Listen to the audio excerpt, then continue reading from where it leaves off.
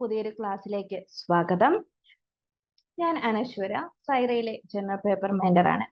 UGC net 2024 Saira നടത്തിയിട്ടുള്ള mega mock ടെസ്റ്റിന്റെ question answer discussion ആണ് ഇന്നത്തെ ഈ ക്ലാസ്സിൽ സംഘടിപ്പിച്ചിട്ടുള്ളത്. മെയ് 26-നായിരുന്നു സൈറയുടെ മെഗാ മോക്ക് ടെസ്റ്റ് എക്സാം നടത്തിയിട്ടുള്ളത്. ഓഫ്ലൈൻ മോഡിൽ നിങ്ങൾക്ക് OMR ഷീറ്റും മറ്റും നൽകി ഓഫ്ലൈൻ മോഡിലുള്ള പരീക്ഷയ്ക്ക് പ്രാക്ടീസ് നൽകുക എന്നതായിരുന്നു സൈറയുടെ മോക്ക് ടെസ്റ്റിന്റെ എയിം. അതനുസരിച്ച് നിങ്ങൾക്ക് ജനറൽ പേപ്പറും നിങ്ങളുടെ സബ്ജക്ട് പേപ്പറും പ്രൊവൈഡ് ചെയ്തിട്ടുണ്ടായിരിക്കും. നിങ്ങൾ ആൻസർ അറ്റൻഡ് ചെയ്തിട്ടുണ്ട് എന്നുള്ള വിശ്വാസത്തിൽ ജനറൽ പേപ്പർ ഭാഗത്ത് നിന്ന് വന്നിട്ടുള്ള ചോദ്യങ്ങളുടെ ഉത്തരങ്ങളെ വിത്ത് എക്സ്പ്ലനേഷൻ സഹിതം ഇവിടെ ഡിസ്കസ് ചെയ്യുന്നുണ്ട്. ഇന്നത്തെ ഈ ക്ലാസ്സിൽ people development and environment, higher education system, communication, comprehension എന്നീ അധ്യായങ്ങളിൽ നിന്ന് വന്നിട്ടുള്ള ചോദ്യങ്ങളെയാണ് മെയിനായി ഡിസ്കസ് ചെയ്യുന്നത്. നിങ്ങൾക്ക് കിട്ടിയിട്ടുള്ള ക്വസ്റ്റ്യൻ പേപ്പറിൽ ഈ ഭാഗത്തു നിന്ന് വരുന്ന ചോദ്യങ്ങൾ, ഞാൻ ചോദ്യം എക്സ്പ്ലെയിൻ ചെയ്യുന്നുണ്ട്. ഈ ഭാഗത്തു നിന്ന് വരുന്ന ചോദ്യങ്ങൾ ഏതാണ്, എത്രാമത്തെ നമ്പർ ചോദ്യമാണ് എന്ന് നോക്കി നിങ്ങൾ ഈ ഡിസ്കഷനുമായിട്ട് സഹകരിക്കുക. ഓരോ ചോദ്യങ്ങൾ ആൻസർ ചെയ്യുമ്പോഴും എങ്ങനെയാണ് ആ ചോദ്യങ്ങൾ ചിന്തിച്ച് ഉത്തരത്തിലേക്ക് എത്തേണ്ടത് എന്നുള്ള ഒരു മോഡലായിട്ട് കൂടി ഈ ഒരു ക്ലാസ്സിനെ നിങ്ങൾ എടുക്കുക. അതനുസരിച്ച് നിങ്ങൾ നിങ്ങളുടെ നെറ്റ് എക്സാമിൽ ഉത്തരം കണ്ടെത്താൻ വേണ്ടിയിട്ട് ശ്രമിക്കാം. നമുക്ക് ക്ലാസ്സിലേക്ക് കടക്കാം. ഫസ്റ്റ് ചോദ്യം എന്ന് പറയുന്നത് ഹയർ എഡ്യൂക്കേഷൻ യൂണിറ്റിൽ നിന്നാണ്. The major barriers to access to higher education in India are: Option A, more opportunities for employment for less educated, government policies, C, language of instruction, D, economic status, E, competition from foreign universities, F, gender discrimination in society. Choose the correct answers from the option given below. ഇത്തരം ചോദ്യങ്ങൾ ഈ അടുത്ത്, അതായത് 2022 ശേഷമുള്ള net പരീക്ഷയിൽ ഇത്തരം ചോദ്യങ്ങൾ വളരെ കൂടുതലായി കാണാറുണ്ട്. നമ്മൾ പഠിച്ച ഒരു കൺസെപ്റ്റിനെ ബേസ് ചെയ്തിട്ട് 4 or 5 ഓപ്ഷനുകൾ തന്ന, അതുമായി കറക്റ്റ് ചെയ്യുന്ന ഉത്തരങ്ങൾ തന്ന, അതിൽ ഏതൊക്കെയാണ് എന്ന് സെലക്ട് ചെയ്ത് എഴുതുന്ന ടൈപ്പ്. അതായത് എഴുതുന്ന കുട്ടികളെ സംബന്ധിച്ച് ഒരു ട്വിസ്റ്റഡ് ആണ്, എല്ലാം നമുക്ക് അറിഞ്ഞിരിക്കണം. അപ്പൊ കൺസെപ്റ്റ് വൈസ് നല്ലൊരു ബേസിക് ധാരണ ഉള്ളവർക്കാണ് ഇങ്ങനത്തെ എക്സാമുകൾ, ഇങ്ങനത്തെ ചോദ്യങ്ങൾക്ക് വളരെ ഉത്തരം കണ്ടെത്താൻ സാധിക്കുന്നത്. ഇവിടെ ചോദിച്ചിട്ടുള്ളത് ഇന്ത്യയിലെ ഹയർ എഡ്യൂക്കേഷൻ ആക്സസ് ചെയ്യുന്നതിലെ മേജർ ബാരിയേഴ്സ്, തടസ്സങ്ങൾ എന്തൊക്കെയാണ് എന്നുള്ളതാണ്. നമ്മളിവിടെ ഈ തന്നിരിക്കുന്ന A മുതൽ F വരെ ഉള്ള 6 ഓപ്ഷനുകൾ നമ്മൾ കറക്റ്റ് ആണോ എന്ന് നോക്കണം. അത് നോക്കിയിട്ട് വേണം നമ്മൾ ഉത്തരത്തിലേക്ക് എത്താൻ. So first option is more opportunities for employment four less educated. India പോലൊരു സ്ഥലത്ത് ജോബ് ഓപ്പർച്യൂണിറ്റീസ് കുറവാണ് എന്നുള്ളത് ഒരു തെറ്റായിട്ടുള്ള ഓപ്ഷനാണ്, അല്ലെ? ഇവിടെ സെൽഫ് എംപ്ലോയ്മെന്റിനും മറ്റും ഒരുപാട് സ്കീമുകളും മറ്റും ഗവൺമെന്റിന്റെ ഭാഗത്തു നിന്ന് തന്നെ ഇൻട്രൊഡ്യൂസ് ചെയ്യുന്നുണ്ട്. അല്ലാതെ തന്നെ സെൽഫ് എംപ്ലോയ്മെന്റിന്റെ അനന്ത സാധ്യതകൾ ഉള്ള ഒരു സ്ഥലമാണ്. So option A, more opportunities for employment four less educated എന്നുള്ളത് ഒരു ഹയർ എഡ്യൂക്കേഷൻ ആക്സസ് ചെയ്യുന്നതിൽ ഒരു മേജർ ബാരിയർ ആയിട്ട് തോന്നുന്നില്ല.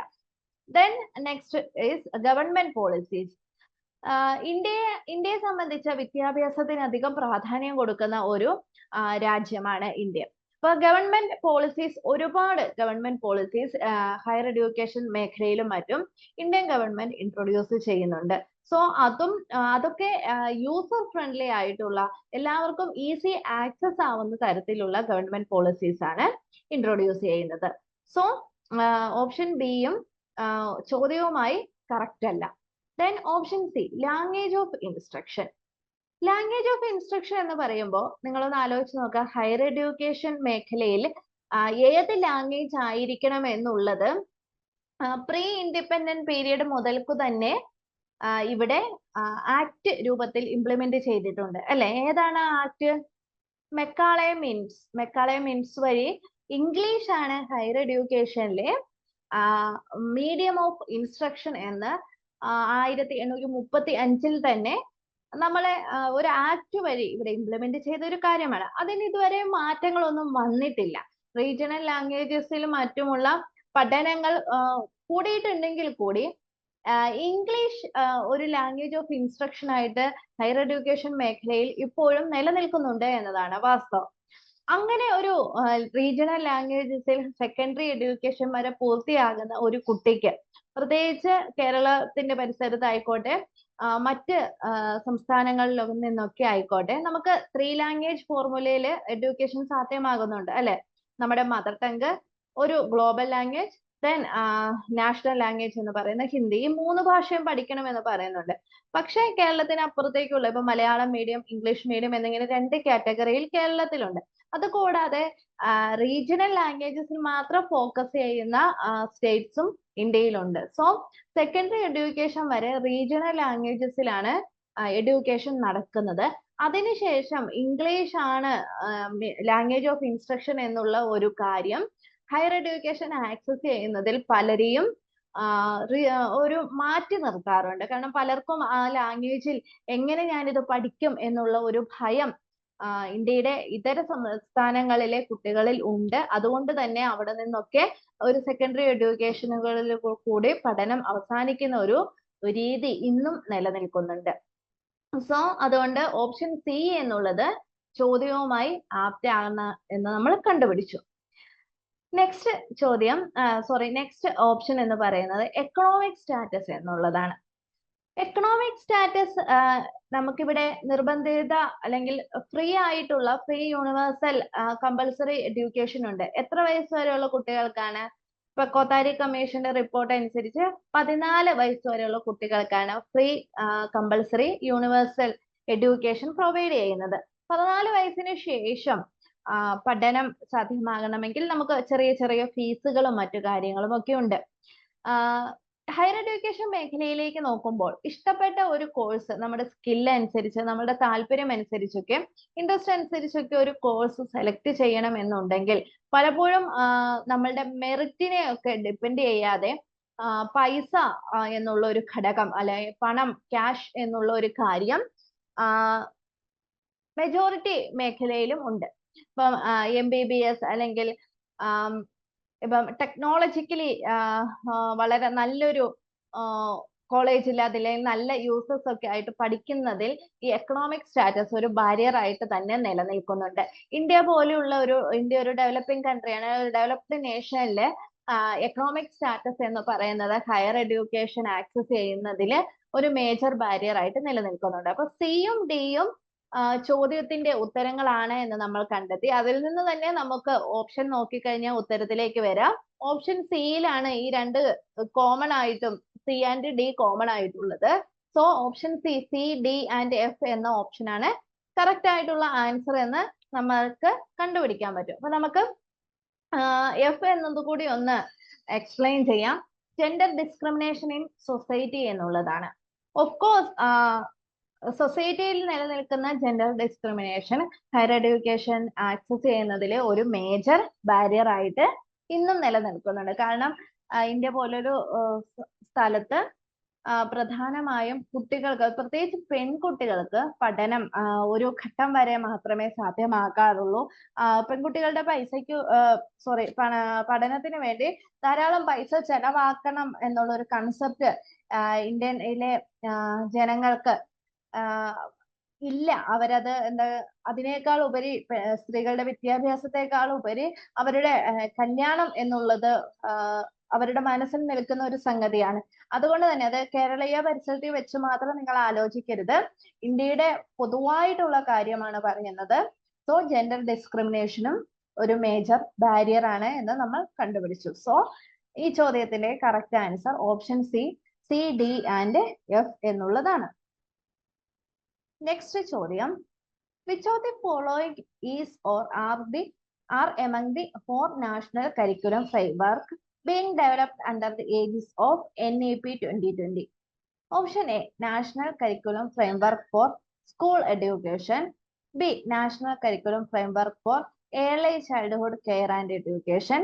National curriculum framework for spiritual education, national curriculum framework four vocational education. NEP 2020 വളരെ ഇമ്പോർട്ടന്റ് ആയിട്ടുള്ള ഒരു ഭാഗമാണ് അല്ലെ?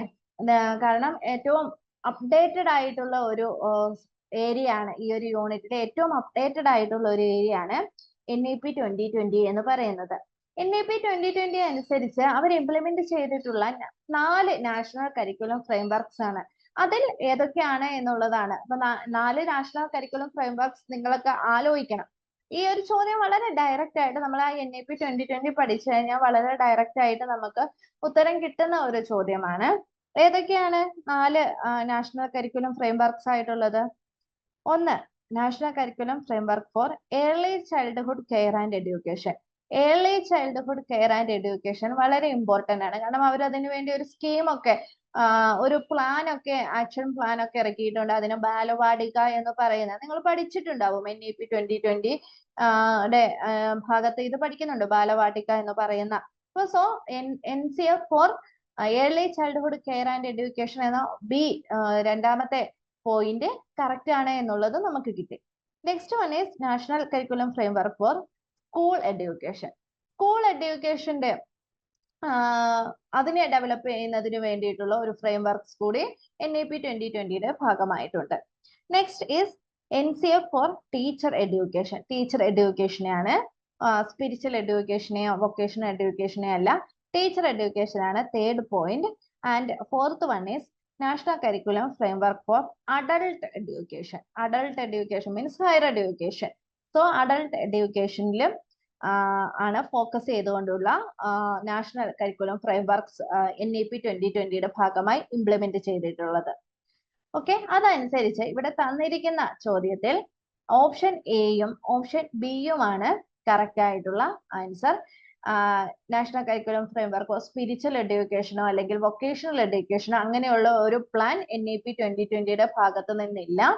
NEP 2020 ഭാഗത്ത് നിന്നുള്ളത് ഓപ്ഷൻ എയും ഓപ്ഷൻ ബിയും ആണ്.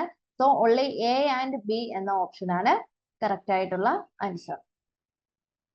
നെക്സ്റ്റ് ചോദ്യം, given below are two statements. Statement 1, Curzon's university reforms reflected the official attitude towards the spread of higher education in India. Statement 2, there was no resistance to the Indian Universities Bill piloted by Curzon from any section of Indians. In the light of the above statement, choose the most appropriate answers from the option given below. ഇവിടെ തന്നിരിക്കുന്ന statement type ചോദ്യമാണ്. Statement 1ഉം statement 2ഉം correct ആണോ എന്ന് നമ്മൾ check ചെയ്യേണ്ടതുണ്ട്. So statement 1, Curzon university റിഫോംസിനെ പറ്റിയാണ് നമ്മൾ അന്വേഷിക്കേണ്ടത്. നിങ്ങൾ ഈ യൂണിറ്റിന്റെ ആദ്യ ഭാഗത്ത് നമുക്ക് education, higher education in ancient India, medieval India, modern India, ഈ ഒരു 3 സബ്ജക്റ്റ് നമുക്ക് പഠിക്കാനുണ്ട് അല്ലെ? ആൻഷ്യൻ ഇന്ത്യയിലെ നാളന്ദ, തക്ഷശില, വിക്രംശില യൂണിവേഴ്സിറ്റീസിനെ ഒക്കെ പറ്റി പഠിക്കുന്ന. അതിനുശേഷം നമുക്ക് മോഡേൺ ഇന്ത്യയിൽ പ്രീ ഇൻഡിപെൻഡൻസ് പീരീഡിലും പോസ്റ്റ് ഇൻഡിപെൻഡന്റ് പീരീഡിലുമുള്ള എഡ്യൂക്കേഷണൽ ആക്ടുകളെ പറ്റി പഠിക്കാനുണ്ട്. നിങ്ങൾ എല്ലാവരും പഠിച്ചിട്ടുണ്ടായിരിക്കും എന്ന് കരുതുന്നു. ആ ഒരു ഭാഗത്ത് നിന്നിട്ട് വന്ന ഒരു ചോദ്യമാണിത്. അപ്പൊ കഴ്സൺസ് യൂണിവേഴ്സിറ്റി ആക്ട് അല്ലെങ്കിൽ കഴ്സൺസ് യൂണിവേഴ്സിറ്റി ബിൽ എപ്പോഴാണ്? അത് 1904 1904 കഴ്സൺസ് ഇൻട്രൊഡ്യൂസ് ചെയ്യുന്ന ഇന്ത്യൻ യൂണിവേഴ്സിറ്റീസ് ആക്ട് ഇംപ്ലിമെന്റ് ചെയ്യുന്നത്. ഇന്ത്യൻ യൂണിവേഴ്സിറ്റീസ് ആക്ട് പേരോർത്ത് വെക്കാം. സോ അതിൽ മെയിൻ ആയിട്ട് 4 റെക്കമെൻഡേഷൻ ആയിരുന്നു ഉണ്ടായിരുന്നത്. First one is improve the quality of education. Next, centralised form of control over universities. Third one is standardize the syllabus. Fourth one is measures to raise the standard of teaching and exam. അപ്പൊ ഈ 4 പോയിന്റുകളും നിങ്ങൾ ഓർത്തു വെക്കാം.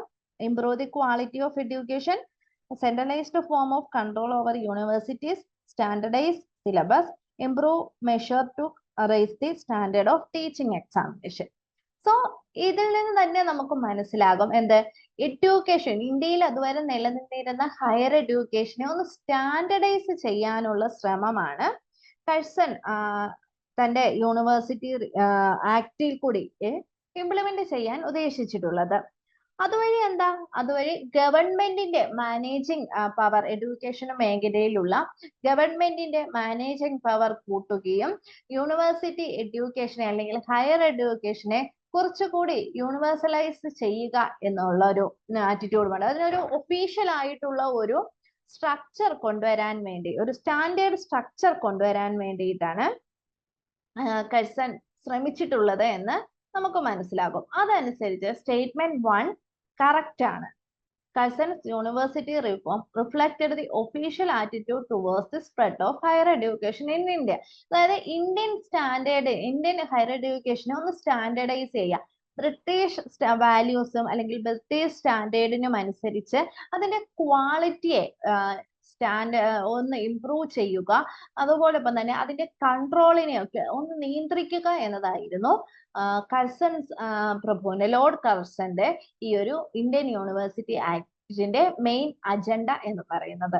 So statement 1 എന്ന് പറയുന്നത് correct ആയിട്ടുള്ള answer ആണ്. ദെൻ സ്റ്റേറ്റ്മെന്റ് 2 എന്ന് പറയുന്നത്, ഇങ്ങനെ ഒരു പ്ലാൻ ഇംപ്ലിമെന്റ് ചെയ്യുമ്പോൾ ഓഫ് കോഴ്സ് ഇന്ത്യൻ യൂണിറ്ററിയിൽ നിന്ന് നമുക്ക്, ഇന്ത്യൻ ടെറിഷറിയിൽ നിന്ന് നമുക്ക് അതായത് റെസിസ്റ്റൻസ് ഉണ്ടായിരിക്കും. ഓക്കെ, അത് റിജക്ട് ചെയ്യാനുള്ള ഒരു ടെൻഡൻസി ഈ സമയത്ത് ഉണ്ടായിരുന്നു. കാരണം 1904 എന്നൊക്കെ പറയുന്നത് ഒന്നാം സ്വാതന്ത്ര്യ സമരം, ശിപായി ലഹളയും മറ്റും കഴിഞ്ഞതിന് ശേഷം വളരെ ശക്തി ആർജിച്ച് നിൽക്കുന്ന, അതായത് ദേശീയ പ്രസ്ഥാനങ്ങളും മറ്റും വളരെ ശക്തി ആർജിച്ച് ബ്രിട്ടീഷ് റെസിസ്റ്റൻസിന്റെ ഹൈ പീക്കിൽ നിൽക്കുന്ന സമയമാണ്. സോ അതുകൊണ്ട് ബ്രിട്ടീഷ് ഗവൺമെന്റ് ഇൻട്രൊഡ്യൂസ് ചെയ്യുന്ന എല്ലാ ആക്ടുകളും റിജക്ട് ചെയ്യാൻ അല്ലെങ്കിൽ അതിനെ റെസിസ്റ്റ് ചെയ്യാനുള്ള ഒരു ടെൻഡൻസി അക്കാലത്തെ ഇന്ത്യൻ സെക്ഷനിൽ ഉണ്ടായിരുന്നു. സോ സ്റ്റേറ്റ്മെന്റ് 2-ൽ ദർ വാസ് നോ റെസിസ്റ്റൻസ് എന്നുള്ളതാണ് പറഞ്ഞ, അല്ല, ദർ വാസ് എ റെസിസ്റ്റൻസ്, അവിടെ റെസിസ്റ്റൻസ് ഉണ്ടായിരുന്നു. സോ സ്റ്റേറ്റ്മെന്റ് 2 എന്നത് തെറ്റാണ് എന്ന് നമുക്ക് കിട്ടി. So statement 1 is true and statement 2 is false എന്നുള്ളതാണ് ശരിയായിട്ടുള്ള answer. Then next question. In 2018, Dash has decided to set up an inclusion panel for children with special needs. Option A, Central Board of Secondary Education, Special Education Program, University Grant Commission, National Council for Educational Research and Training. ഇവിടെ ആലോചിച്ച് നോക്കാം, 2018 ഏത് ഒരു organisation ആണ് special needs ആവശ്യമുള്ള കുട്ടികൾക്ക് വേണ്ടി ഒരു ഇൻക്ലൂഷൻ പ്ലാനൽ സ്റ്റാർട്ട് ചെയ്തത് എന്നുള്ളതാണ്. അതിന്റെ ഉത്തരം CBSE എന്നുള്ളതാണ്, central board of secondary education എന്നുള്ളതാണ്. ഇവരുടെ ഈ ഒരു ഐഡിയ വരും, by stipulating provisions on disability specific learning aids, adoption of alternative pedagogies as per the needs of the child, and concession of in the scheme of studies and examination for all categories of disabilities. അതായത് disabled ആയിട്ടുള്ള കുട്ടികൾക്ക് വേണ്ടിയിട്ടുള്ള learning എയ്ഡുകൾ ഒന്ന് മാറ്റണം. അതേപോലെ തന്നെ alternative പെഡഗോഗീസ്, study system ഒക്കെ ഒന്ന് മാറ്റണം. പരീക്ഷയും അല്ലെങ്കിൽ മറ്റ് സ്റ്റഡി സ്കീമുകളെയും ഒക്കെ ഒന്ന് റീഫോം ചെയ്യണം എന്നുള്ള ഐഡിയകളൊക്കെ കൊണ്ടുവന്നു. അത് കുറച്ചുകൂടി അത്തരത്തിലുള്ള കുട്ടികൾക്ക്, സ്പെഷ്യൽ നീഡ്സ് ആവശ്യമുള്ള കുട്ടികൾക്ക് ആവശ്യമുള്ള രീതിയിൽ അവർക്ക് പറ്റുന്ന തരത്തിൽ അവരുടേതായിട്ടുള്ള ഒരു കൺസെപ്റ്റിൽ എക്സാം അതേപോലെ തന്നെ കരിക്കുലം ഇതൊക്കെ ഒന്ന് മോഡിഫൈ ചെയ്യണം എന്നതിന് വേണ്ടിയിട്ടാണ് 2018 CBSE ഒരു ഇൻക്ലൂഷൻ പ്ലാനൽ തയ്യാറാക്കിയിട്ടുള്ളത്. സോ ഇതിന്റെ ആൻസർ എന്ന് പറയുന്നത് CBSE എന്നുള്ളതാണ്. Okay, next question is, the participation of a culturally sensitive community in school is important for all of the following reasons except for one. Identify that reason. Okay, culturally sensitive community participation സ്കൂളുകളിൽ ആവശ്യമാണ്. എന്തൊക്കെ കാരണങ്ങൾ കൊണ്ടാണ് എന്നുള്ളതാണ് ചോദിക്കുന്നത്. Okay, then option A, it acknowledges and incorporates a student's racial or ethnical background. Correct ആണോ എന്ന് നോക്കാം അല്ലെ. അപ്പം എന്താണ് കൾച്ചറൽ സെൻസിറ്റിവിറ്റി എന്ന് പറയുന്നത്? അത് നമ്മൾ അറിയണം അല്ലെ. കൾച്ചറലി സെൻസിറ്റീവ് കമ്മ്യൂണിറ്റി എന്നുള്ളത് എന്താണ് എന്ന് അറിയണം. So culturally sensitivity is the awareness and acceptance of cultures and identities that are not our own.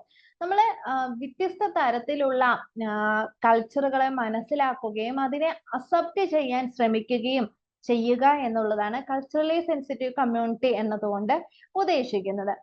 ഇവിടെ തന്നിരിക്കുന്ന ഉദാഹരണങ്ങളിൽ ഫസ്റ്റ് ഈ ഫസ്റ്റ് ഓപ്ഷൻ എ നോക്കാം. It acknowledges and incorporates the students racial or ethnic background എന്നുള്ളത് വളരെ important ആണ്. ഇത് cultural sensitive community ഒരു സ്കൂളിൽ ഇൻട്രൊഡ്യൂസ് ചെയ്യുമ്പം അതിൽ കുട്ടികളുടെ റേഷ്യൽ ആയിട്ടുള്ള അല്ലെങ്കിൽ അത് അവരുടെ ഒരു എത്നിക് ബാക്ക്ഗ്രൗണ്ടിനെ മനസ്സിലാക്കാനും അതുപോലെ തന്നെ അവരുടെ ഒരു ഡൈവേഴ്സ് കൾച്ചറിനെ മനസ്സിലാക്കാനും ഒക്കെ സഹായിക്കുന്ന ഒരു ഇതാണ്. കൂടുതൽ ഒരു സൊസൈറ്റി ആയിട്ട് ജീവിക്കുന്നതിൽ നമ്മളുടേതും എന്റേതും മാത്രമാണ് ശരിയല്ല, എന്റെ വിശ്വാസങ്ങൾ ശരിയാണ് എന്നുള്ളതല്ല, മറിച്ച് മറ്റൊരാളുടെ വിശ്വാസങ്ങളും മറ്റൊരാളുടെ രീതികളും കൂടി കറക്റ്റ് ആണ് എന്ന് മനസ്സിലാക്കാനുള്ള ആ ഒരു നിലപാടിനെ ഡെവലപ്പ് ചെയ്യുന്നതിന് സഹായിക്കുന്നുണ്ട്. സോ ഓപ്ഷൻ എയും അതുപോലെ തന്നെ option C it recognise and respect the diverse culture of the school എന്നതും ഈ ചോദ്യത്തിന്റെ കറക്റ്റ് ആയിട്ടുള്ള ആൻസർ ആണ്. ദെൻ ഓപ്ഷൻ ബി നോക്കാം. It improves parent teacher relationship. ഈ ഒരു കൾച്ചറലി സെൻസിറ്റീവ് കമ്മ്യൂണിറ്റി റിലേറ്റഡ് ആയിട്ട് പേരന്റ് ടീച്ചർ റിലേഷൻഷിപ്പ് അവിടെ ഡെവലപ്പ് ആകുന്നുണ്ടോ എന്നൊന്ന് ചിന്തിച്ചു നോക്കാം. ഇല്ല. കാരണം എന്താ വെച്ച് കഴിഞ്ഞാൽ പേരന്റ് ടീച്ചർ റിലേഷൻഷിപ്പ് എപ്പോഴും അതിന്റെ ഇന്റർമീഡിയറ്റ് ആയിട്ട് ഒരു ഘടകം കൂടിയുണ്ട്. എന്താണ്? സ്റ്റുഡന്റ് എന്നുള്ളത് അല്ലെ. സ്റ്റുഡന്റിന്റെ ലേണിംഗ് സ്കിൽസ് അല്ലെങ്കിൽ സ്കൂൾ ആക്ടിവിറ്റീസ് റിലേറ്റഡ് ആയിട്ടാണ് എപ്പോഴും പേരന്റ് ടീച്ചർ റിലേഷൻഷിപ്പ് കണക്ട് ആവുന്നത്. അവിടെ ഒരു കുട്ടിയുടെ racial thinking or ethnic background അല്ലെങ്കിൽ ആ കുട്ടിയുടെ കൾച്ചറലി കമ്മ്യൂണിറ്റി ഇതൊന്നും അവിടെ മെയിൻ തീം ആകുന്നില്ല. Parent teacher relationship based on students academic purpose. So option B എന്നുള്ളത് ചോദ്യത്തിന്റെ യോജിക്കുന്ന ഒന്നല്ല. സോ ഓപ്ഷൻ ഇതിന്റെ ഉത്തരം എന്ന് പറയുന്നത് ഈ the participation of a culturally sensitive community in school is important for all of the following except for one എന്നുള്ളതാണ്. വൺ എന്നുള്ളത് it improves parent teacher relationship. Option B എന്നുള്ളതാണ് ശരിയായിട്ടുള്ള ഉത്തരം. അടുത്ത ചോദ്യം അസേർഷൻ റീസൺ ടൈപ്പ് ആണ്. ചോദ്യം നോക്കിക്കഴിഞ്ഞാൽ നിങ്ങൾക്ക് ഹയർ എഡ്യൂക്കേഷൻ സിസ്റ്റത്തിൽ നിന്നുള്ള ചോദ്യമാണ് എന്ന് മനസ്സിലാക്കാൻ സാധിക്കും. ഓക്കെ, അപ്പം അസേർഷൻ എന്ന് പറയുന്നത് people population control measures do not necessarily help in checking എൻവയോൺമെന്റൽ ഡീഗ്രേഡേഷൻ.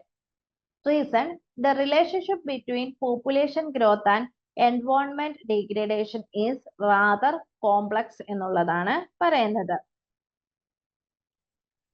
സോ ഇവിടെ നമ്മൾ ചെക്ക് ചെയ്യേണ്ട ഒരു കാര്യം എന്താണ് എൻവയോൺമെന്റൽ ഡീഗ്രേഡേഷൻ എന്നുള്ളത് ആദ്യം അറിയണം. Environmental degradation is the deterioration of the environment through depletion of resources such as air, water, and soil, the destruction of ecosystem, habitat destruction, the extinction of wildlife and population. Employment degradation എന്ന് പറയുന്നത് environmental degradation എന്ന് പറയുന്നത് പരിസ്ഥിതി നാശം എന്നുള്ളത് കൊണ്ടാണ് ഉദ്ദേശിക്കുന്നത്. അത് പലതരത്തിൽ പരിസ്ഥിതി നാശം സംഭവിക്കാറുണ്ട്. നമ്മൾ ജീവിക്കുന്ന ചുറ്റുപാടുകൾക്ക് എന്തെങ്കിലും അത് ഇല്ലാതാവുക, വനനശീകരണം വരിക, പൊല്യൂഷൻ കൂടുക, അതേപോലെ തന്നെ എയർ, വാട്ടർ, സോയിൽ റിസോഴ്സുകൾ മോശമാകുക, അത് ഇല്ലാതാവുക തുടങ്ങിയ കാര്യങ്ങളിലൊക്കെയാണ് വരുന്നത്. ഇവിടെ people population control measures do not necessarily help in checking എൻവയോൺമെന്റൽ ഡീഗ്രേഡേഷൻ എന്ന് കറക്റ്റ് ആണ്. കാരണം എന്താ വെച്ച് കഴിഞ്ഞാൽ ഇപ്പം പീപ്പിൾ ആന്ത്രോപോജനിക് ആക്ടിവിറ്റി, അതായത് പീപ്പിൾ എൻവയോൺമെന്റിൽ ഇടപെടുന്ന ആക്ടിവിറ്റീസ് മാത്രമല്ല പ്രകൃതി പ്രതിഭാസങ്ങളും മറ്റും ഈ എൻവയോൺമെന്റൽ ഡീഗ്രേഡേഷനും ഒക്കെ കാരണമാകുന്നുണ്ട്. സോ അസേർഷൻ കറക്റ്റ് ആണ്, അസേർഷൻ ട്രൂ ആണ് എന്നുള്ളൊരു അനുമാനത്തിൽ നമുക്ക് എത്താൻ സാധിക്കും. സോ ഇനി നെക്സ്റ്റ് റീസൺ കറക്റ്റ് ആണോ എന്ന് നോക്കുക. ആൻഡ് ദെൻ അസേർഷനും റീസണും തമ്മിൽ എന്തെങ്കിലും കണക്ഷൻ ഉണ്ടോ എന്ന് കൂടി നമുക്ക് ചെക്ക് ചെയ്യേണ്ടതുണ്ട്. So the relationship between population growth and environmental degradation is rather complex എന്നുള്ളതാണ് പറയുന്നത്. ഇവിടെ അപ്പൊ നമുക്ക് പോപ്പുലേഷൻ ഗ്രോത്തിനെ ഒന്ന് ബേസ് ചെയ്ത് നോക്കാം. ഇപ്പൊ പോപ്പുലേഷൻ ഗ്രോത്ത് എന്ന് പറയുന്നത് ഓരോ എക്കോസിസ്റ്റത്തിന്റെയും അല്ലെങ്കിൽ ഓരോ എൻവോൺമെന്റിന്റെയും അനുസരിച്ചാണ് പോപ്പുലേഷൻ ഗ്രോത്ത് പലപ്പോഴും സംഭവിക്കുക, അല്ലെ? പോപ്പുലേഷൻ ഗ്രോത്തിനെ ഡിപ്പെൻഡ് ചെയ്യുന്നതിന്റെ ഒരു ഫാക്ടർ മാത്രമാണ് എൻവോൺമെന്റ് എന്ന് പറയുന്നത്. അപ്പോ പോപ്പുലേഷൻ ഗ്രോത്ത് കൂടുന്നതിനനുസരിച്ച് എൻവോൺമെന്റൽ ഡീഗ്രേഷൻ കൂടുന്നു. ചില കേസസിൽ കൂടാറുണ്ട്, ചില കേസസിൽ അത് നോർമൽ ആയിട്ട്. കാരണം എൻവോൺമെന്റിനെ പറ്റി അവയർനെസ് ഉള്ള, അതിനെപ്പറ്റി കറക്റ്റ് ആയിട്ട് മോണിറ്റർ ചെയ്യുന്ന ഒരു സ്കീമിലൊക്കെ എത്ര പോപ്പുലേഷൻ ഉണ്ടെങ്കിലും അത് എൻവോൺമെന്റ് ഫ്രണ്ട്ലി ആയിട്ടുള്ള ഒരു കൾച്ചർ മെയിൻറ്റെയിൻ ചെയ്യുന്ന ഒരു ജനതയാണെങ്കിൽ അവിടെ എൻവോൺമെന്റൽ ഡീഗ്രേഡേഷൻ സംഭവിക്കുന്നില്ല, അല്ലേ? സോ പോപ്പുലേഷൻ ഗ്രോത്ത് എൻവോൺമെന്റിനെ ഡയറക്ട്ലി ഡിപ്പെൻഡ് ചെയ്യുന്നുണ്ട് എന്ന് നമുക്ക് പറയാൻ സാധിക്കില്ല. അതേപോലെ തന്നെ പോപ്പുലേഷൻ ഗ്രോത്ത് കുറഞ്ഞ ഒരു പ്രദേശത്തിൽ എൻവോൺമെന്റ് ഡീഗ്രേഡേഷൻ ഇല്ല എന്ന് നമുക്ക് പറയാൻ സാധിക്കില്ല. സോ ഇത് ഡയറക്ട്ലി ഡിപ്പെൻഡന്റ് ആണോ ഇൻഡിപെൻഡന്റ് ആണോ എന്ന് പറയാൻ സാധിക്കാതെ ചിലയിടങ്ങളിൽ പോപ്പുലേഷൻ ഗ്രോത്ത് എൻവോൺമെന്റ് ഡീഗ്രേഡേഷനെ സ്വാധീനിക്കുകയും ചിലയിടങ്ങളിൽ അത് കണക്റ്റഡ് ആകുന്ന ഒരു മാറ്റർ അല്ലാതാവുകയും ചെയ്യുന്നുണ്ട്. സോ അത് റാദർ കോംപ്ലക്സ് എന്നുള്ള റീസൺ കറക്റ്റ് ആണ്. ഇനി പോപ്പുലേഷൻ കൺട്രോൾ മെഷേഴ്സും രണ്ടാമത്തേത് ഇവര് തമ്മിലുള്ള കണക്ഷനും റീസണും അസേർഷനും കറക്റ്റ് എന്തെങ്കിലും തരത്തിലുള്ള കണക്ഷൻ ഉണ്ടോ എന്ന് നോക്കുമ്പോൾ നമുക്ക് അസേർഷന്റെ കറക്റ്റ് എക്സ്പ്ലനേഷൻ ഒന്നുമല്ല റീസൺ എന്ന് കാണാൻ സാധിക്കും. സോ ഓപ്ഷൻ എന്ന് പറയുന്നത്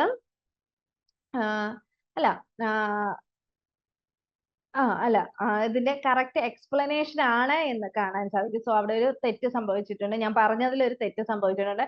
കാരണം പോപ്പുലേഷൻ ഗ്രോത്ത് കൺട്രോള് മെഷേഴ്സ് എൻവോൺമെന്റൽ ഡീഗ്രേഡേഷനുമായി ബന്ധിക്കുന്നില്ല, അല്ലെങ്കിൽ അതുമായിട്ടൊരു കണക്ഷൻ ഇല്ല എന്നുള്ളതാണ് അസേർഷൻ പറഞ്ഞിട്ടുള്ളത്. അത് കറക്റ്റ് ആണ്, കാരണം ഇവ തമ്മിലുള്ള ബന്ധം ഒരു കോംപ്ലക്സ് കണക്ഷൻ ആണ് എന്നുള്ളത്. സോ അസേർഷനും റീസണും കറക്റ്റ് ആണ്.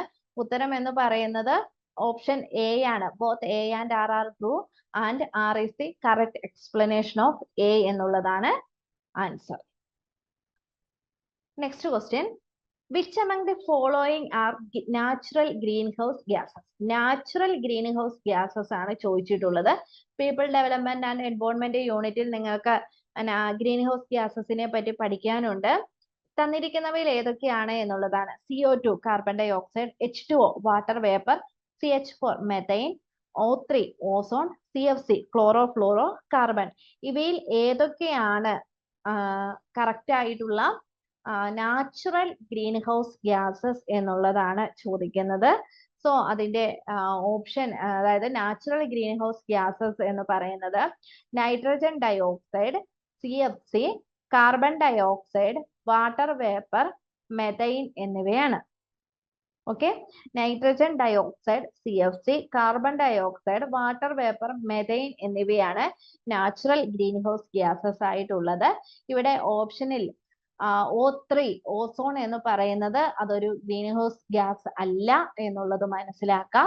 O3 എന്ന് പറയുന്നത് സ്വാഭാവികമായി നിലനിൽക്കുന്ന ഒരു ഗ്യാസ് ആണ്. ഓസോൺ പ്രൊട്ടക്റ്റഡ് ലെയർ എന്ന് പറയുന്നത് 3 ഓക്സിജൻ തന്മാത്രകൾ കൂടിച്ചേർന്ന് നിൽക്കുന്നതാണ്.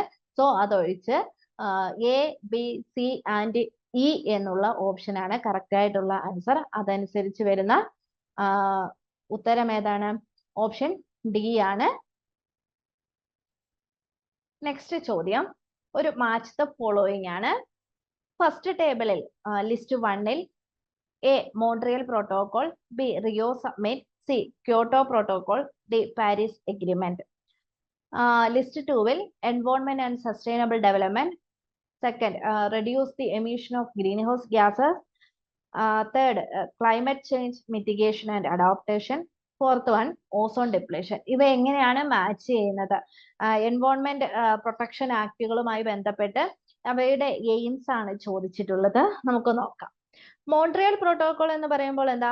It is an international treaty design to protect the ozone layer by phasing out the production of numerous substance. So Montreal പ്രോട്ടോകോളിന്റെ എയിം ഇപ്പൊ തന്നെ നമുക്ക് മനസ്സിലാകും, അല്ലെ? ഏതാണ്? ഓസോൺ ഡിപ്ലീഷനെ പ്രൊട്ടക്ട് ചെയ്യുക എന്നുള്ളതാണ്. സോ എ എന്നുള്ളത് നാലാമത്തെ ഓസോൺ ഡിപ്ലീഷൻ എന്ന നാലാമത്തെ ഓപ്ഷനുമായിട്ടാണ് കണക്ട് ആവുന്നത്. Then Rio Summit. Rio Summit is the United Nations Conference on Environment and Development, also known as Rio de Janeiro Earth Summit, was the major United Nations conference held in Rio de Janeiro, June 3 to June 14, 1992. It gave the concept of sustainable development to be combined economic growth and ecological responsibility. So Rio Summit എന്ന് പറയുന്നത് എന്താണ്? Sustainable development ആണ്. Environment and sustainable development എന്ന ഒന്നാമത്തെ ഓപ്ഷനുമായിട്ടാണ് B1 എന്നുള്ളതാണ് correct match. C എന്നത് Kyoto protocol ആണ്. Kyoto protocol എന്താന്ന് നമ്മൾക്ക് അറിയണം അല്ലെ. It was an international treaty that extended the 1992 United nation framework convention on climate change that commits states parties to reduce greenhouse gas emission. So Kyoto Protocol എന്ന് പറയുന്നത് reduce the emission of greenhouse gases എന്നുള്ളതാണ്. C2 എന്ന രീതിയിലാണ് അത് match ചെയ്യുന്നത്. Then third one is Paris Agreement.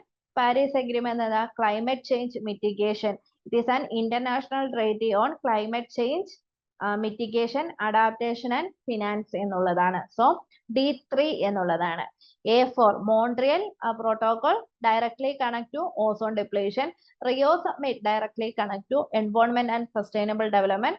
Kyoto Protocol directly connect to reduce the emission of greenhouse gases. Paris Agreement directly connected to climate change mitigation എന്നുള്ളതാണ് correct ആയിട്ടുള്ള answer option C.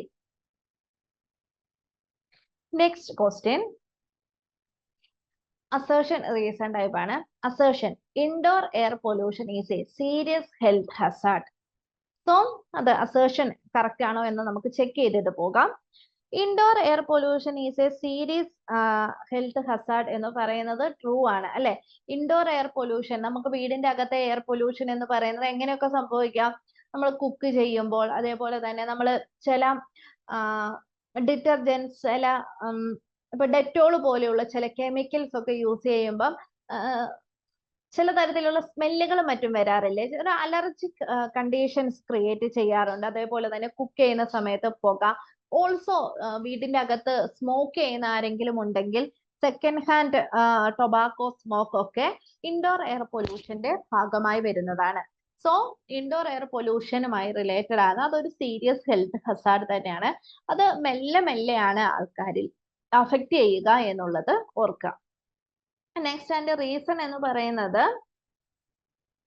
the dispersal of air pollutant is rather limited in indoor environment എന്നുള്ളതാണ്. So ഇതും correct ആണ്. because indoor sources are associated to anthropogenic activity.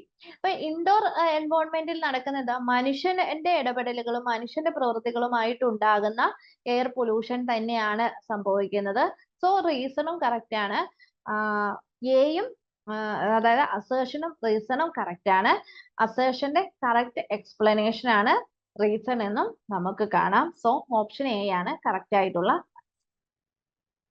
Next question depletion of stratospheric ozone result into A. increase in the ultraviolet radiation, B. increase in infrared radiation, C. increase in skin cancer, D. significant impact on terrestrial flora and fauna, E. decrease in cataract cases. ഞാൻ നേരത്തെ പറഞ്ഞതുപോലെ ഇങ്ങനെയുള്ള ചോദ്യങ്ങൾ വരുമ്പോൾ ഈ തന്നിരിക്കുന്ന 5 പോയിന്റുകളും correct ആണോ എന്ന് നമ്മൾ ചെക്ക് ചെയ്യേണ്ടതുണ്ട്. Depletion of stratospheric ozone, ozone എന്നത് ഒത്തിരി നമ്മുടെ ഒരു പ്രൊട്ടക്റ്റീവ് ലെയർ ആയിട്ട്, അറ്റ്മോസ്ഫിയറിലെ ഒരു പ്രൊട്ടക്റ്റീവ് ലെയർ ആയിട്ട് സ്ട്രാറ്റോസ്ഫെറിക് ഭാഗത്ത്, അറ്റ്മോസ്ഫിയറിന്റെ 4 ലെയേഴ്സിൽ സ്ട്രാറ്റോസ്ഫെറിക് ഭാഗത്ത് സ്ഥിതി ചെയ്യുന്ന ഒരു പ്രൊട്ടക്റ്റീവ് ലെയർ ആണ് ഓസോൺ എന്ന് പറയുന്നത്. സോ സ്ട്രാറ്റോസ്ഫെറിക് ഓസോണിൽ സംഭവിക്കുന്ന ഡിപ്ലീഷൻ എന്തിനെല്ലാം കാരണമാകുന്നു എന്നുള്ളതാണ് ചോദ്യം. So option A increase in ultraviolet radiation correct ആണോ എന്ന് നോക്കുക. അതെ, ഓപ്ഷൻ എ കറക്റ്റ് ആണ്. കാരണം എന്താണെന്ന് വെച്ച് കഴിഞ്ഞാൽ സൂര്യനിൽ നിന്നും അല്ലെങ്കിൽ അറ്റ്മോസ്ഫിയറിക്കിന്റെ മറ്റു ഭാഗത്തു നിന്നും വരുന്ന അൾട്രാവയലറ്റ് റേഡിയേഷനെ കൺട്രോൾ ചെയ്യുക അല്ലെങ്കിൽ അതിനെ എർത്ത് സർഫേസിലേക്ക് എത്താതിരിക്കാൻ ശ്രമിക്കുക എന്നുള്ളതാണ് സ്ട്രാറ്റോസ്ഫെറിക് ഓസോണിന്റെ ഫസ്റ്റ് ഫങ്ഷൻ എന്ന് പറയുന്നത്. Ozone act as A protective shield in the stratospheric absorbing A significant portion of the sons ultraviolet radiation.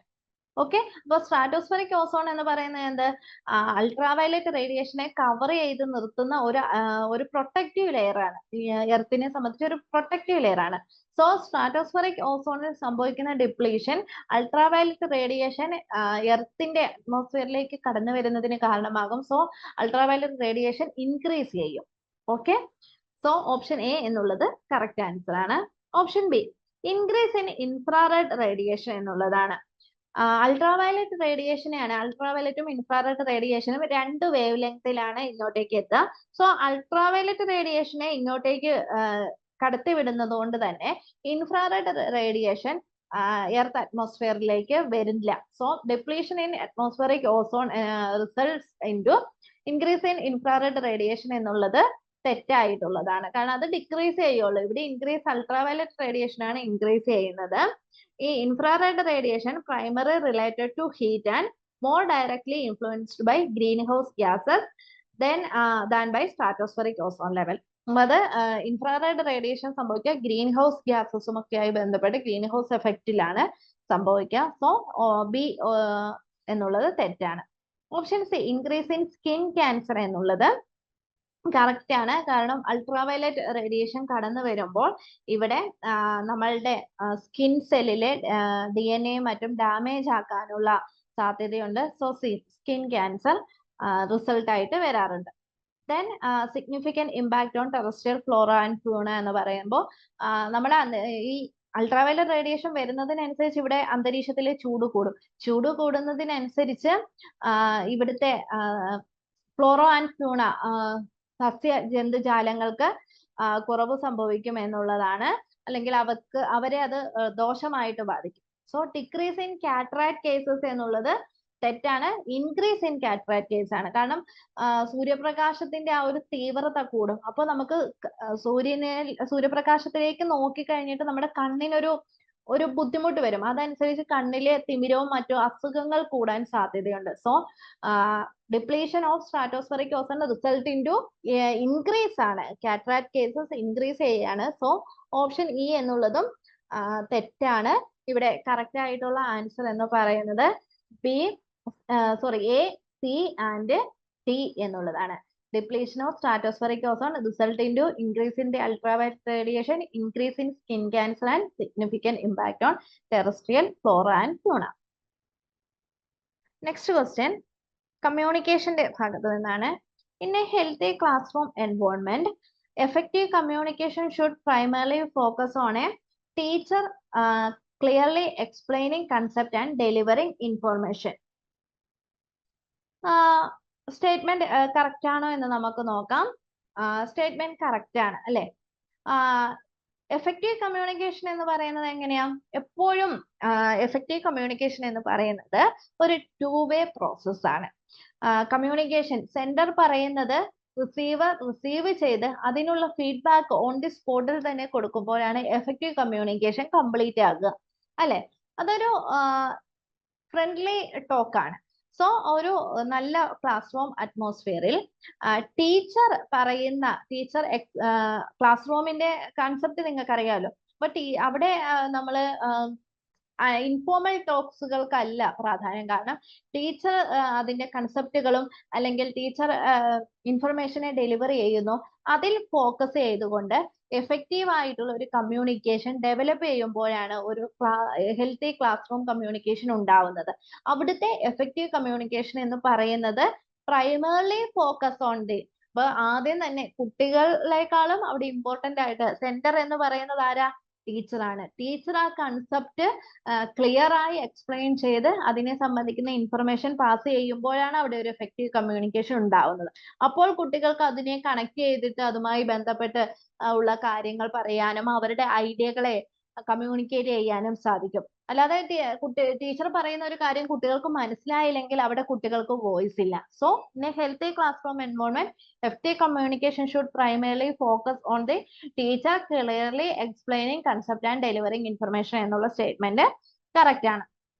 Second, student to student interaction and open exchanges of ideas are equally important as teacher-centered instruction for promoting deep learning and critical thinking എന്നുള്ളതാണ്. ഇവിടെ ടീച്ചർ-centered instruction, teacher പറയുന്ന ടീച്ചറിനെ orient ചെയ്തിട്ടുള്ള ഒരു class room എൻവയോൺമെന്റിനെക്കാളും അല്ലെങ്കിൽ അതിനോടൊപ്പം തന്നെ അതിനേക്കാളുമല്ല അതിന്റെ ഒപ്പം തന്നെ നിലനിൽക്കുന്നതാണ് കുട്ടികൾ തമ്മിലുള്ള ഇന്ററാക്ഷൻ. അതായത് ഒരു കൺസെപ്റ്റിനെ വെച്ച് വെറുതെ വർത്താനം പറയുക എന്നുള്ളതല്ല, student to student interaction and open exchanges of idea. കുട്ടികൾ തമ്മിലുള്ള ഇന്ററാക്ഷൻസും അവരുടെ ഐഡിയകൾ ഷെയർ ചെയ്യുന്നതും ഒക്കെ ഒരു ടീച്ചർ സെന്റേർഡ് ഇൻസ്ട്രക്ഷൻ പോലെ തന്നെ ക്രിട്ടിക്കൽ തിങ്കിങ് ഡെവലപ്പ് ചെയ്യുന്നതിന് സഹായിക്കുന്നതാണ് എന്നുള്ളതാണ്. സോ സ്റ്റേറ്റ്മെന്റ് 2ഉം കറക്റ്റ് ആണ്. Both statement 1 and 2 are correct എന്നുള്ള ഓപ്ഷൻ ആണ് ശരിയായിട്ടുള്ളത്. Next question. The digital technology is the factor responsible for the emergence of option A, mass media culture, B, interactive media culture, impersonal media culture, option D, personal media culture. ഇവിടെ digital technology എന്ന് പറയുന്നത് എന്ത് emerge ചെയ്യുന്നതിന് കാരണമാകുന്നു എന്നുള്ളതാണ് ചോദ്യം. അതിന്റെ ഉത്തരം ഇന്ററാക്റ്റീവ് മീഡിയ കൾച്ചർ എന്നുള്ളതാണ്. എന്താന്ന് വെച്ച് കഴിഞ്ഞാൽ ഓൾറെഡി മാസ് മീഡിയ കൾച്ചർ ഒക്കെ ഡിജിറ്റൽ ടെക്നോളജി വരുന്നതിന് മുന്നേ തന്നെ ഇവിടെ ഉണ്ടായിരുന്നു. മാസ് മീഡിയ ഒക്കെ ടെക്നോളജിയോടൊപ്പം തന്നെ ഡെവലപ്പ് ചെയ്ത കാര്യമാണ്. ഡിജിറ്റൽ ടെക്നോളജി വന്നതുവഴി ഒരു മീഡിയയിൽ ഒരാൾക്ക് ഒന്നിലധികം മീഡിയ വഴി ഇന്ററാക്റ്റീവ് ചെയ്യാനുള്ള ഒരു പ്ലാറ്റ്ഫോമായി മാറുന്നുണ്ട് അല്ലെ. Digital technology is A significant factor responsible for the emergence of an interactive media എന്നുള്ളതാണ് വളരെ കറക്റ്റ് ആയിട്ടുള്ള answer. Digital technology advancement revolutionary how people consume and interact with media. Interactivity refers to the ability of users to actively engaged with digital media, participate in content creation and have control over their media experience. അപ്പൊ interactive media culture എന്ന് പറയുമ്പോൾ എങ്ങനെ ആൾക്കാർ ഈ ഒരു digital മീഡിയയുമായി connected ആകുന്നു, അവരെങ്ങനെ content ക്രിയേഷനിൽ participate ചെയ്യുന്നു, അവരുടെ മീഡിയ റെസ്പോൺസുകളും മറ്റും എങ്ങനെ ഷെയർ ചെയ്യുന്നു തുടങ്ങിയ കാര്യങ്ങളൊക്കെയാണ് ഇന്ററാക്റ്റീവ് മീഡിയ കൾച്ചറിൽ കാരണമാകുന്നത്. സോ അതിന് ഘടകമായിട്ടുള്ളത് ഡിജിറ്റൽ ടെക്നോളജി ആണ് എന്നുള്ളതാണ്. അതിന്റെ കറക്റ്റ് ആയിട്ടുള്ള ഉത്തരം ഓപ്ഷൻ ബി എന്നുള്ളതാണ്. നെക്സ്റ്റ് ചോദ്യം. Given below are two statements. One is labeled as assertion and other is labeled as reason. Assertion. Allowing an issue to fester will contribute to effective communication. Reason. A good communicator will address an issue in the classroom before it becomes precarious. In the light of the above statement, choose the correct answer from the option given below. കമ്മ്യൂണിക്കേഷന്റെ ഭാഗത്ത് നിന്ന് വന്നിട്ടുള്ള ഒരു ചോദ്യമാണ്. Effective communication related ആയിട്ടാണ്. Assertion എന്താന്ന് നോക്കാം. Assertion allowing an issues to fester will contribute to effective communication എന്നുള്ളതാണ്. So അത് ശരിയാണോ തെറ്റാണോ എന്നുള്ളത് നമ്മൾ നോക്കണം. allowing an issue to fester will contribute to effective communication. ഒരു പ്രശ്നത്തെ അതിന്റെ രൂക്ഷമാവസ്ഥയിലേക്ക് അതിനെ ഡെവലപ്പ് ചെയ്യുന്നത് എഫക്റ്റീവ് കമ്മ്യൂണിക്കേഷനെ കോൺട്രിബ്യൂട്ട് ചെയ്യും എന്നുള്ളതാണ് പറയുന്നത്. അസേഷൻ തെറ്റല്ലേ? തെറ്റാണ് എന്ന് നമുക്ക് അനുമാനത്തിൽ എത്താം. എങ്ങനെയാണ് തെറ്റാകുന്നത്?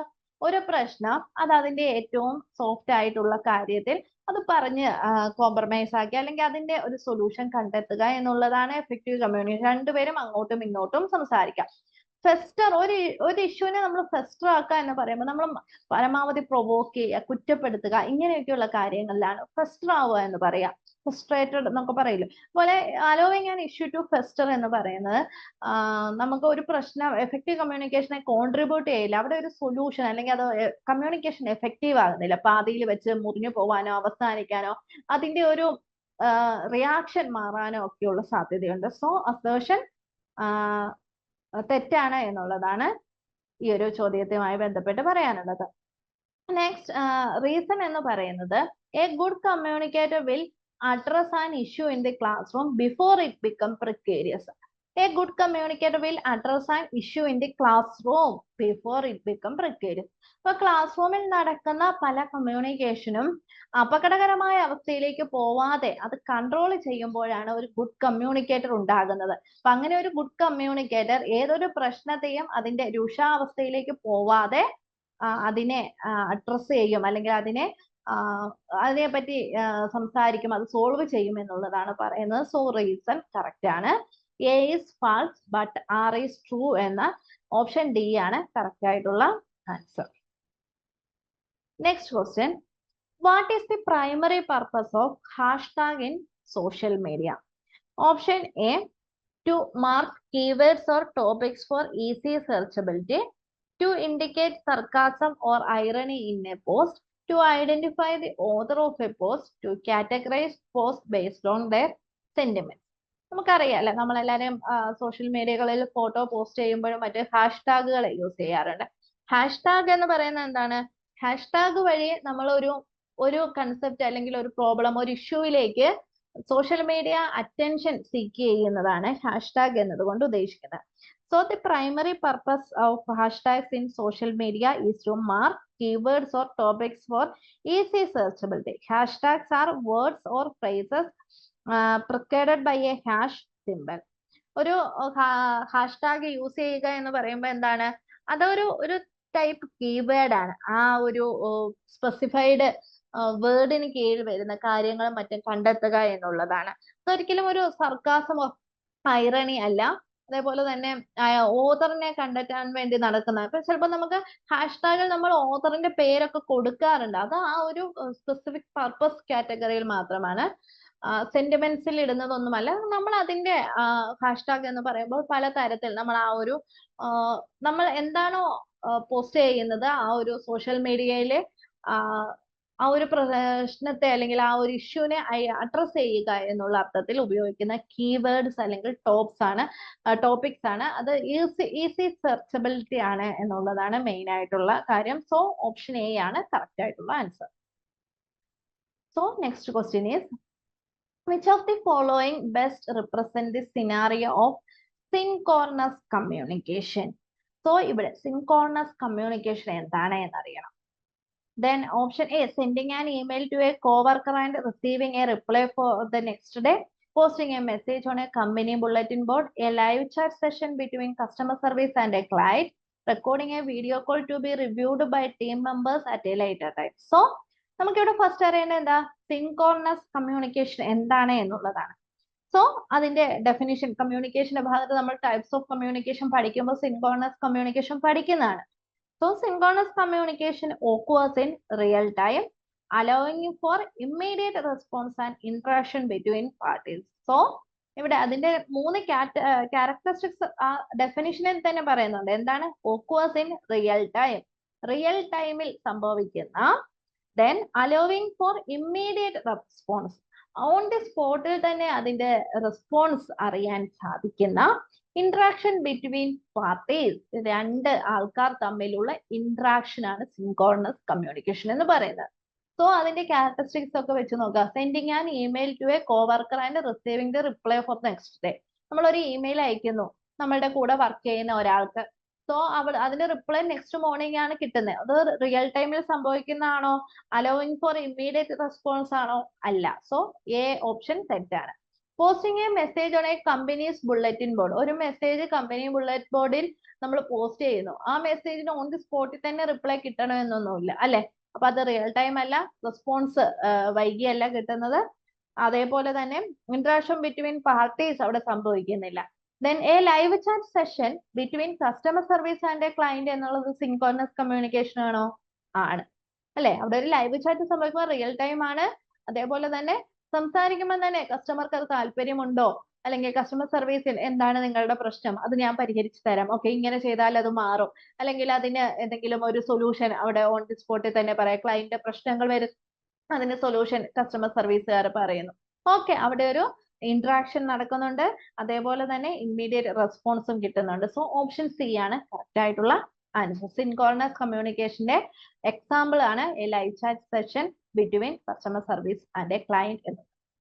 ഓക്കെ, നെക്സ്റ്റ് ക്വസ്റ്റ്യൻ വീണ്ടും നമ്മൾ പീപ്പിൾ ഡെവലപ്മെന്റ് ആൻഡ് എൻവയോൺമെന്റ് ഭാഗത്ത് നിന്നുള്ള ക്വസ്റ്റ്യനിലേക്ക് വരുന്നു. The Paris agreement is also known as COP18, COP20, COP21, COP none of the above. നമുക്കറിയാം അല്ലെ എന്താണ് പാരീസ് എഗ്രിമെന്റ്? പാരീസ് എഗ്രിമെന്റ് 2015 പാരീസിൽ വെച്ച് നടന്നിട്ടുള്ള ഒരു കോൺഫറൻസിൽ അഡോപ്റ്റ് ചെയ്തതാണ്. സോ ആ ഒരു കോൺഫറൻസിനെ നമ്മൾ വിളിക്കുന്നത് COP21 എന്നുള്ളതാണ്. കോൺഫറൻസ് ഓഫ് ദി പാർട്ടീസ് 21 എന്നുള്ളതാണ്. It is an international agreement within the United Nations Framework Convention on Climate Change (UNFCCC) to combat the climate change and reduce, mitigate greenhouse gases currently, etc. അപ്പൊ ഇത് 2020-ലാണ് agreement withdraw ചെയ്യുന്നത്. So COP21 എന്നുള്ളത് 2015 സംഭവിക്കുന്നതാണ്. Paris എഗ്രിമെന്റിന്റെ മറ്റൊരു പേരാണ് COP21 എന്നുള്ളത്. So answer എന്ന് പറയുന്നത് ഓപ്ഷൻ സി COP21 എന്നുള്ളതാണ്.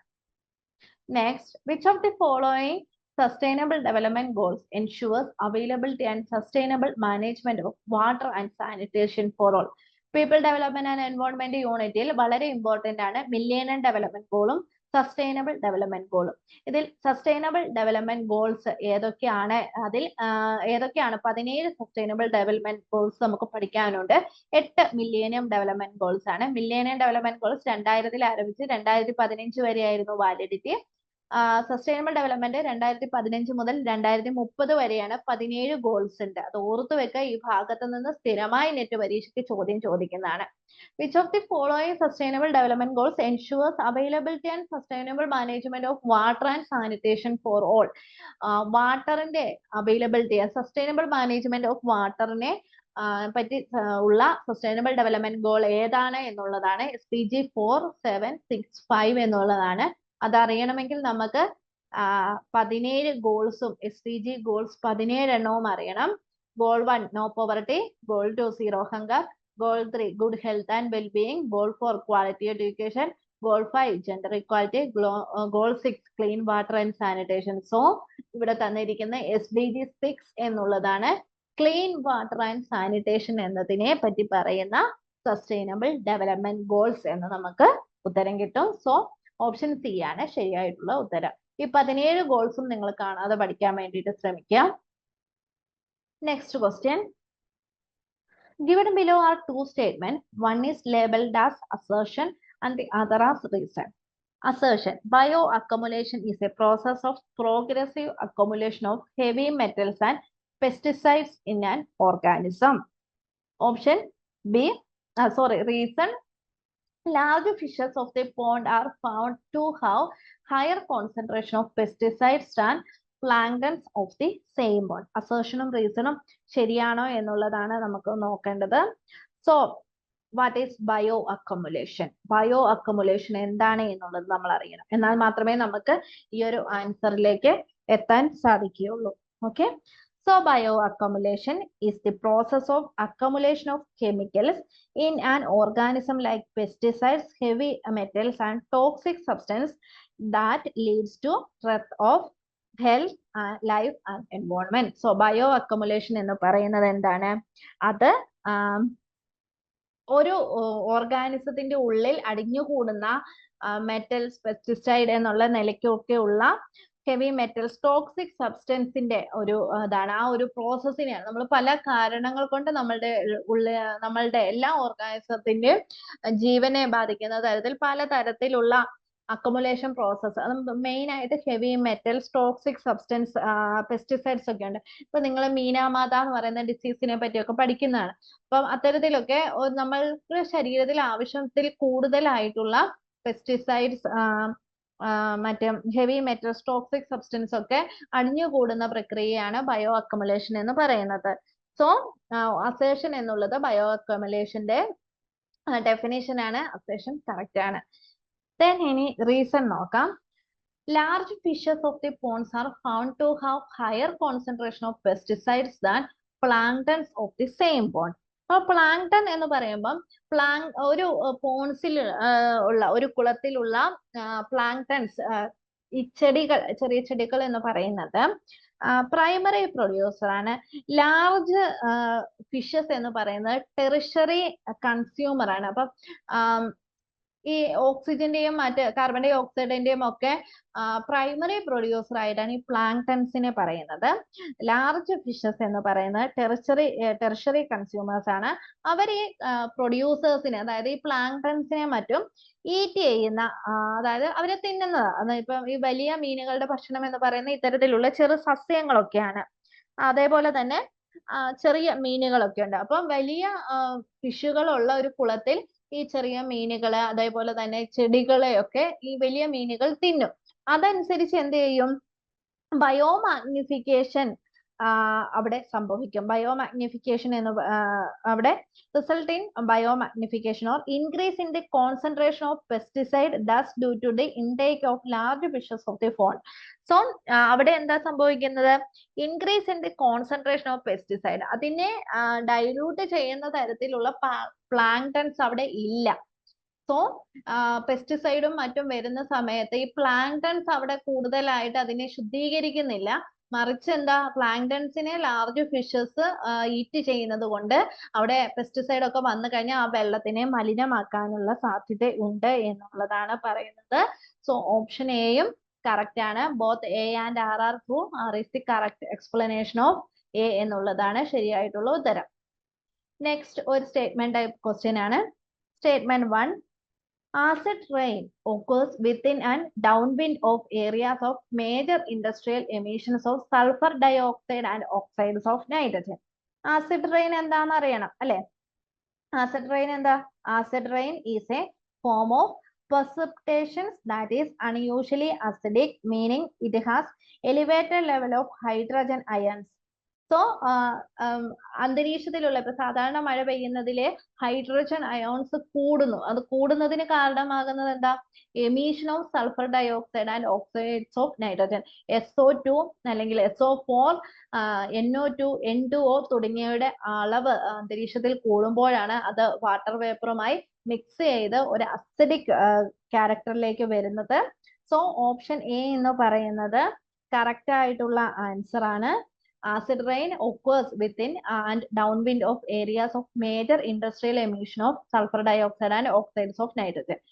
Sulfur dioxide ന്റെയും oxides of nitrogen ന്റെയും എമിഷൻ കൂടുതലുള്ള പ്രദേശത്താണ് ആസിഡ് റെയിന്റെ സാധ്യത കൂടുതലുള്ളത്. Statement 2. Long range transport of airborne pollutants can be responsible for acid rain in the areas far off from industrial emission. Industrial എമിഷനേക്കാളും കൂടുതൽ ഈ എയർബോൺ പൊല്യൂട്ടൻസ് എന്ന് പറയുമ്പോൾ ഈ അതിലൊക്കെ കൂടുതലായും നൈട്രജന്റെ കണ്ടന്റ് കൂടുതലായിരിക്കും. അപ്പം ഈ primary source of these pollutants are vehicles, factories, power plants, especially those that burn fossil fuels. ഈ കണ്ടീഷൻസിലൊക്കെയാണ് ഈ പറയുന്ന രീതിയിലുള്ള ഇൻഡസ്ട്രിയൽ എമിഷൻസിനേക്കാളും കൂടുതൽ ഈ power plants, factories, vehicles, burning of fossil fuels, ഇതൊക്കെ സിഗ്നിഫിക്കന്റ് ആയിട്ടുള്ള ആക്ടിവിറ്റീസ് ആണ്.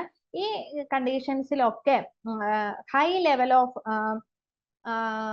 നൈട്രജൻ ഓക്സൈഡ്സും സൾഫർ ഡയോക്സൈഡും ഒക്കെ പൊല്യൂട്ടൻസ് ആയിട്ട് പുറത്തേക്ക് എമിഷൻ ചെയ്യാറുണ്ട്.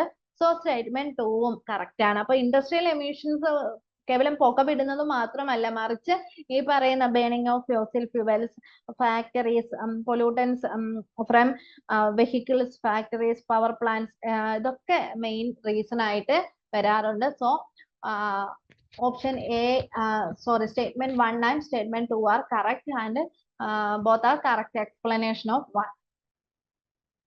Next question. What is the correct chronological order of sequence from older to newer of the following agreements, summit and protocols? Paris Agreement, Montreal Protocol, Kyoto Protocol, Rio Summit. ഈ 4 agreements അല്ലെങ്കിൽ submit പ്രോട്ടോകോളിനെ chronological order ആയിട്ട് തിരിക്കുക എന്നുള്ളതാണ്. നമ്മൾ നേരത്തെ ഒരു match the ഫോളോയിങ്ങിൽ ഇതിനെ പറ്റി സംസാരിച്ചിട്ടുണ്ടായിരുന്നു. സോ നമ്മൾ ഇതിന്റെ ജസ്റ്റ് അതിന്റെ വർഷങ്ങൾ ഒക്കെ ഒന്ന് നോക്കാം. Montreal Protocol, sorry, first one is Montreal Protocol. Montreal Protocol is an international treaty designed to protect the ozone layer by phasing out the production of numerous substances responsible for ozone depletion. It was agreed on 16 September 1987 and entered into the force 1989. 1987-ലാണ് വന്നിട്ടുള്ളത്. So Montreal Protocol 1987. Rio submit നേരത്തെ സംസാരിച്ചിട്ടുണ്ടായിരുന്നു. United nation conference on environment and development, also known as Rio conference on earth submit, was a major United Nations conference held in Rio de Janeiro from June to June 14, 1992. So Rio submit ആണ് second ആയിട്ട് വരുന്നത്. Then Paris Agreement, sorry, Kyoto Protocol. Kyoto Protocol is an international treaty that extended the 1992 United Nations Framework Convention on Climate Change that commits state parties to reduce greenhouse gas emissions based on scientific consensus of global warming is occurring, that the human-made CO2 emissions are driving it. It was adopted in Kyoto, Japan on 11 December 1997 and entered into force on 16 February 2005. So Kyoto Protocol here എന്ന് പറയുന്നത് 2005 ആണ്. Then Paris Agreement. It is often referred to as the Paris Accords to the Paris Climate Accords, an international climate change treaty. It is adopted in 2050 and the agreement covers climate change mitigation, adaptation and finance. So Paris Agreement in the year എന്ന് പറയുന്നത് 2050. So the correct chronological order: B. Montreal Protocol 1987, Rio Summit 1992, Kyoto Protocol 2015, then Paris Agreement 2015 എന്നുള്ളതാണ്. So next question is comprehension ഭാഗത്ത് നിന്ന് ചോദിച്ചിട്ടുള്ളതാണ്. 46 to 47 ആണ് comprehension ഭാഗത്ത് നിന്ന് ചോദിച്ചിട്ടുള്ള ചോദ്യങ്ങളായിട്ടുള്ളത്. ഈ ഭാഗത്ത് നിന്ന് വന്നിട്ടുള്ള ചോദ്യങ്ങളുടെ ഉത്തരം ഇതാണ്. ഓക്കെ, 46 എന്താ നമ്മളെ ചോദ്യങ്ങൾ ആ ഒരു കമ്മ്യൂണിക്കേഷൻ ഒരു നോളജ് ക്രിയേഷനുമായി ബന്ധപ്പെട്ടിട്ടാണ് ഈ ചോദ്യം വന്നിട്ടുള്ളത്. സോ ആ പാരഗ്രാഫ് നിങ്ങൾക്ക് നിങ്ങളുടെ കയ്യിൽ ഉണ്ടായിരിക്കും, അതിവിടെ ഞാൻ എക്സ്പ്ലെയിൻ ചെയ്യുന്നില്ല. സോ 46 ക്വസ്റ്റ്യൻ എന്താന്ന് വെച്ച് കഴിഞ്ഞാൽ, the author in the passage has focused on, ഇവിടെ നോളജ് ക്രിയേഷനുമായി ബന്ധപ്പെട്ടിട്ടുള്ള ഫസ്റ്റ് സെന്റൻസ് തന്നെ knowledge creation in many cases required creativity and idea generation എന്നുള്ളതാണ്. സോ അതിൽ തന്നെ നമുക്ക് കിട്ടും എന്താണ് ഈ ഒരു ഓതർ എന്താണ് ഫോക്കസ് ചെയ്യുന്നത് എന്നുള്ളത് ഐഡിയ ജനറേഷനുമായി ബന്ധപ്പെട്ടിട്ടാണ്. So option B idea generation എന്നുള്ളതാണ് മെയിൻ ആയിട്ടുള്ള ഉത്തരം. Then fostering creativity needs an environment of എന്നുള്ളതാണ്. So option A decision support system, B idea nurturing, C decision support solution, D alternate individual factors എന്നുണ്ട്. അപ്പോൾ fostering creativity needs an environment of option B idea nurturing എന്നുള്ളതാണ്. അത് paragraph 1-ൽ തന്നെയുള്ള sentence നോക്കുക. This understanding has എന്ന് പറയുന്ന start ചെയ്യുന്ന ഒരു ഐ തിങ്ക് 4th സെന്റൻസ് ആണ് എന്ന് തോന്നുന്നു. The understanding has lead innovative companies and recognize that the key to fostering creativity may be the development of an idea nurturing work environment എന്ന് direct ആയിട്ട് കൊടുത്തിട്ടുണ്ട്. Okay, key to fostering creativity may be the development of an idea nurturing work environment എന്ന് തന്നെ കൊടുത്തിട്ടുണ്ട്. So option B ആണ് correct answer. Then 48th question, manual method for the support of idea generation in certain occasion. A alternately effective, B can be less expensive, do not need a facilitator, D require a mix of optimal participants എന്നുള്ളതാണ്. Option A ആണ്. അത് paragraph 1-ൽ തന്നെ manual method for supporting idea generation such as brainstorming in a group can be very successful in certain situation. However, in other situations such as approach to is either not economically feasible or not possible എന്ന് പറഞ്ഞിട്ട് അവിടെ പറയുന്നുണ്ട്. So answer എന്ന് പറയുന്നത് alternately effective എന്നുള്ളതാണ്. ആ ഒരു പാരഗ്രാഫിൽ നിന്ന് തന്നെ നിങ്ങൾക്ക് ഡയറക്റ്റ് ആ ഉത്തരം എത്തും.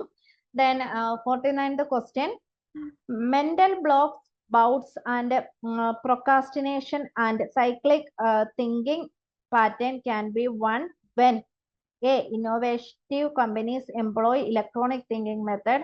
Idea generation software promotes questions. C. Manual methods are removed. D. Individual acquire a neutral attitude towards a software എന്നുള്ളതാണ്. ഓപ്ഷൻ ബി ആണ് ശരിയായിട്ടുള്ള ഉത്തരം.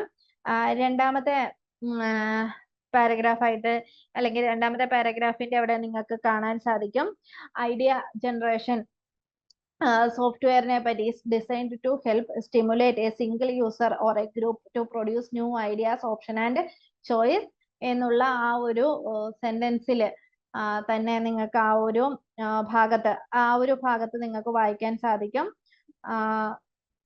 അവിടെ ഈ ഒരു കാര്യം പറയുന്നുണ്ട്. So mental blocks, bouts and procrastination and cyclic thinking pattern can be when idea generation software promotes question എന്നുള്ളതാണ് ശരിയായിട്ടുള്ള ഉത്തരം. അത് ആ സെക്കൻഡ് പാരഗ്രാഫിൽ തന്നെയുണ്ട്. Some software packages use question to promote the user towards new unexplored patterns of thought. This help users to break out the cyclic thinking pattern എന്ന് പറയുന്ന last രണ്ട് സെന്റൻസുകളിലായിട്ടാണ് ഈ ഉത്തരവുള്ളത്. Then 50, idea generation software works as if it is a stimulant, knowledge package, user friendly trainer and a climate creator എന്നുള്ളതാണ്.